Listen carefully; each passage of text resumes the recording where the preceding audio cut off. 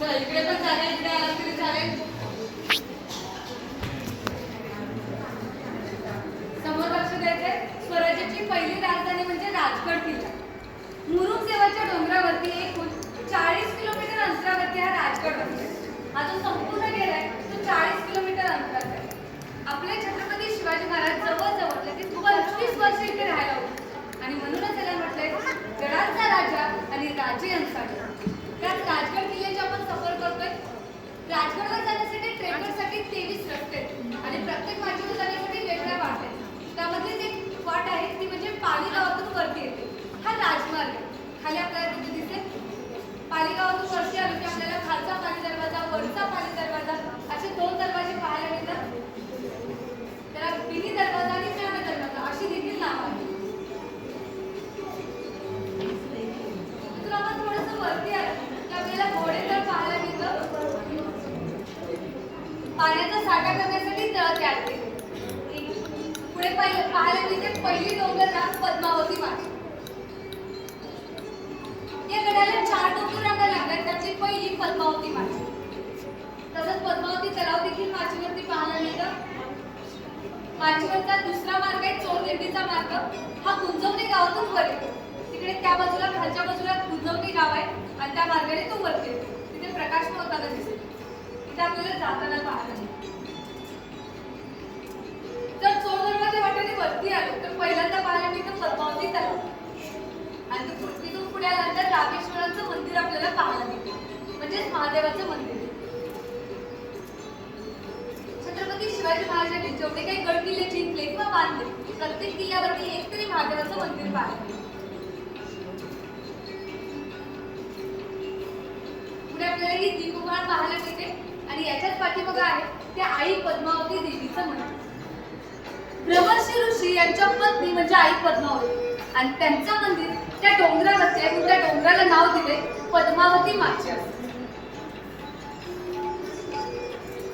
त्या मार्गाने आपण थोडंसं पुढे आलो की छत्रपती शिवाजी महाराज जिथे राहायला होते त्या वाड्याचे अवशेष आपल्याला पाहायला मिळतात. वाडा पडल्यामुळे खालचा पाया फक्त शिल्लक राहिला.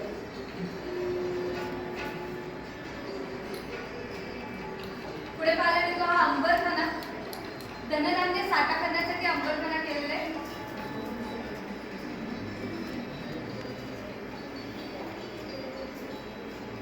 तिथून पुढे पाहायला मिळते ही सुवेळा माचीकडे जाण्याचा मार्ग.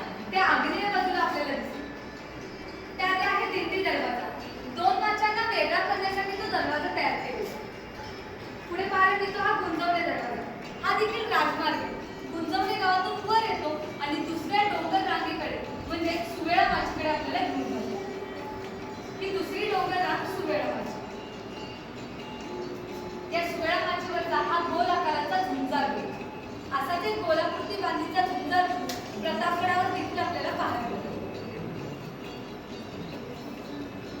तिथूनच थोडंसं खाली उतरलो की आपल्याला तटातील गणपती पाहायला मिळतो. म्हणजे श्री गणेशांच्या दगडामध्ये कोरलेली मूर्ती आणि त्याच्या बाजूला एक छोटी खिडकी दिसते. त्या खिडकीला जंगी असं म्हणतात. त्या जंग्याची प्रतिकृती पाठीमागे दाखवलेली. त्या बाजूला दिसेल तीर कमानी आणि कडाबिंदी या 2 शस्त्रांचा मारा करण्यासाठी त्या खिडक्या तयार केलेल्या असतात.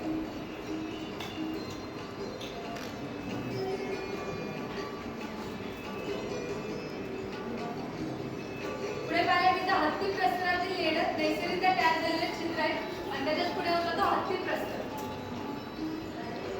ही सुवेळा माचीची तटबंदी आपल्याला पाहायला मिळते.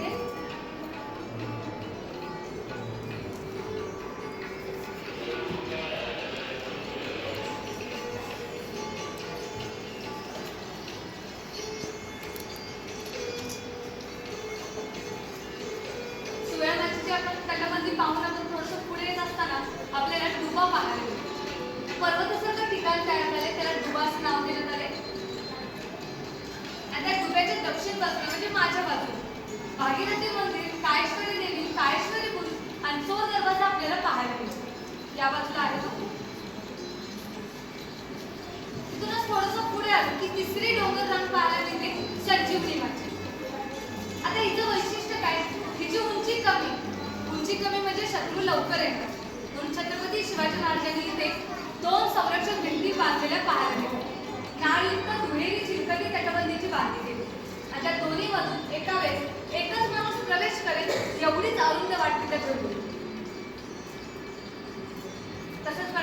माचीवरती आपल्याला आज सुद्धा पाण्याच्या टाक्या पाहायला मिळतात. प्रत्येक गड किल्ल्यावरती पाण्याची टाक्या आहेत. सुळा माचीवरती आळू दरवाजा पाहायला मिळतो. त्या दरवाजातून आपण वरती गेलो की बाले किल्ला आपल्याला पाहायला मिळतो.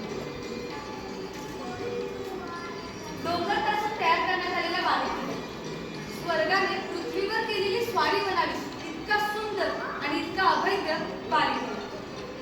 बाले किल्ल्यावर जाणारी सर्वात अवघड वाट आणि बाले किल्ल्याचा महादरवाजा. महादरवाजातून आतमध्ये आल्यानंतर जंगी देवीचं मंदिर, चंद्रतळ, ब्रह्मशुर्षीचं मंदिर आपल्याला पाहायला मिळतं.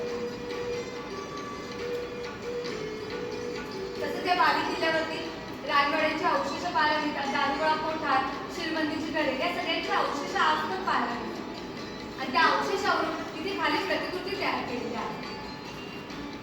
याच राजगडवरती स्वराज्याचे तिसरे छत्रपती राजाराम महाराज यांचा जन्म देखील झाला. तर या राजगड किल्ल्याचा सर्वात जुना नकाशा तिथे पाहायला मिळेल तुमच्या पाठीमागच्या बाजूला. आणि या बाजूला हा तोरणा किल्ल्याचा सर्वात जुना नकाशा. हे दोन्ही नकाशे सध्या ब्रिटिश लायब्ररीमध्ये सर्वे ऑफ इंडियाने 150